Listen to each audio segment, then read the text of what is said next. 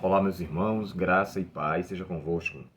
Hoje, na lição de terça-feira, temos o título Na Montanha Russa com Jesus.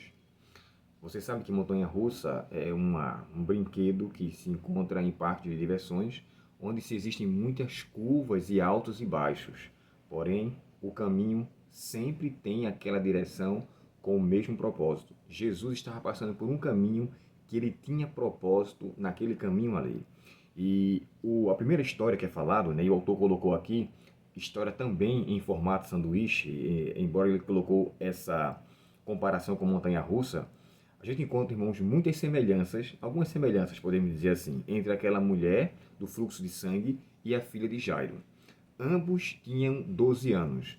A jovenzinha tinha 12 anos de idade e aquela mulher tinha 12 anos que estava naquela situação. Só para a gente ter uma noção, a condição daquela mulher era tão triste, mas era tão triste. Primeiro ponto, ela vivia distante da sociedade, ela não podia se relacionar com ninguém, uma vez que, de acordo com a lei, ela era impura, então ela tinha que ficar afastada. Na condição que ela se encontrava, eu não tenho dúvida que até chegar a Cristo não foi fácil, porque a multidão o apertava.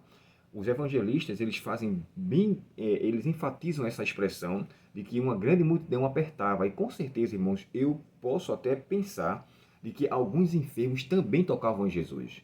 Era muita gente que estavam ali.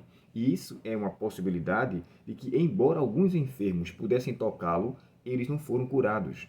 Mas aquela mulher, diferentemente daquelas outras pessoas, teve uma situação bem diferente. O que a salvou foi o toque que é chamado do toque da fé.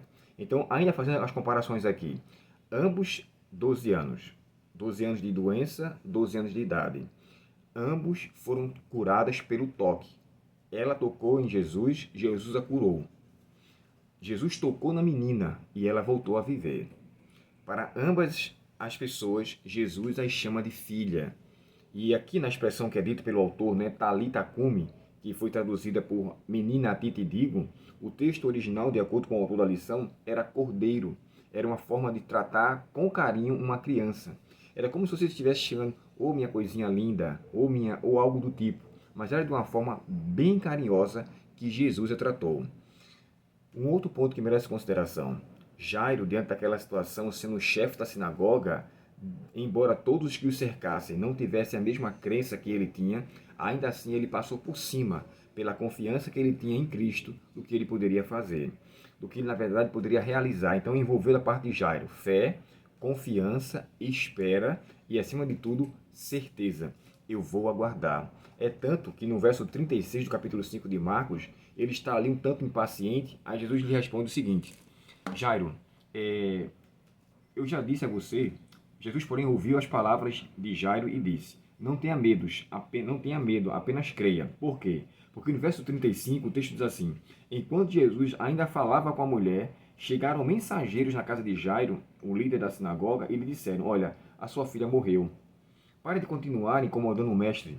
Então parecia que agora as suas esperanças tinham se esvaído. Mas Jesus chega para ele e fala assim: Não desanimes, creia somente. Sabe o que eu aprendo aqui?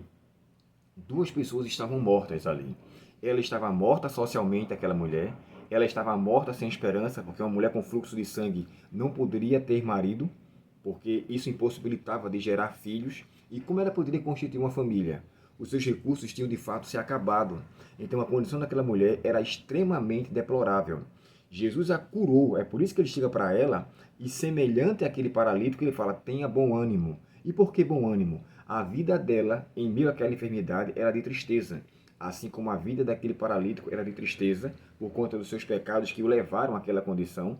Aquela mulher que, embora não sabemos por que veio aquele fluxo de sangue até então, o que nós podemos deixar convicto aqui, ela estava diante de uma situação adversa.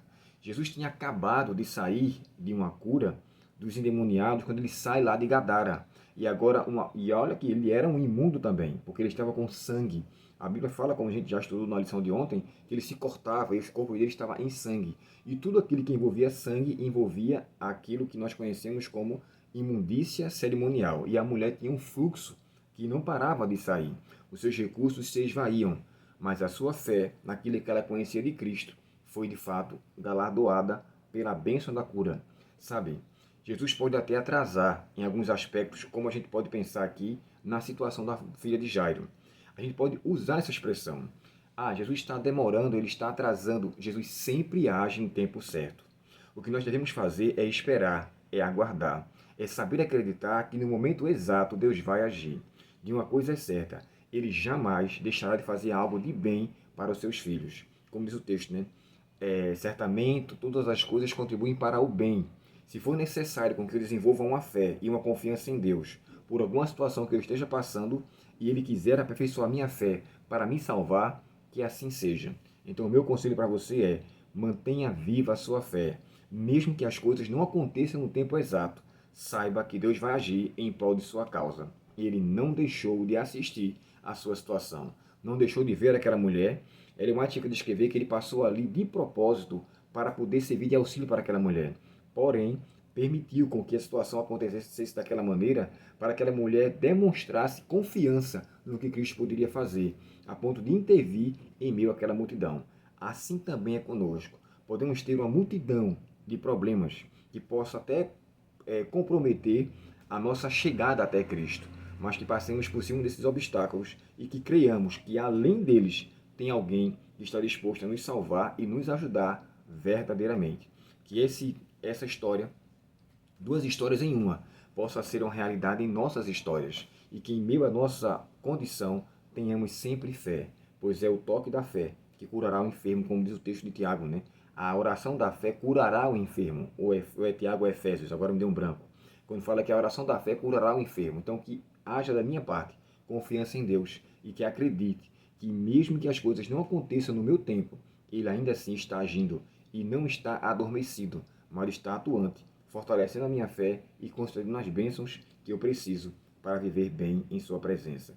Neste mundo teremos sempre problemas, dificuldades, aflições e perdas, mas aquele que nos concedeu todas as coisas ao nos criar garante que a vitória é certa. Oremos ao Senhor nesse momento. Querido Pai Celestial, te agradecemos, Senhor, pela Tua palavra e pela esperança que nos dás e que devemos esperar pacientemente pela Tua providência.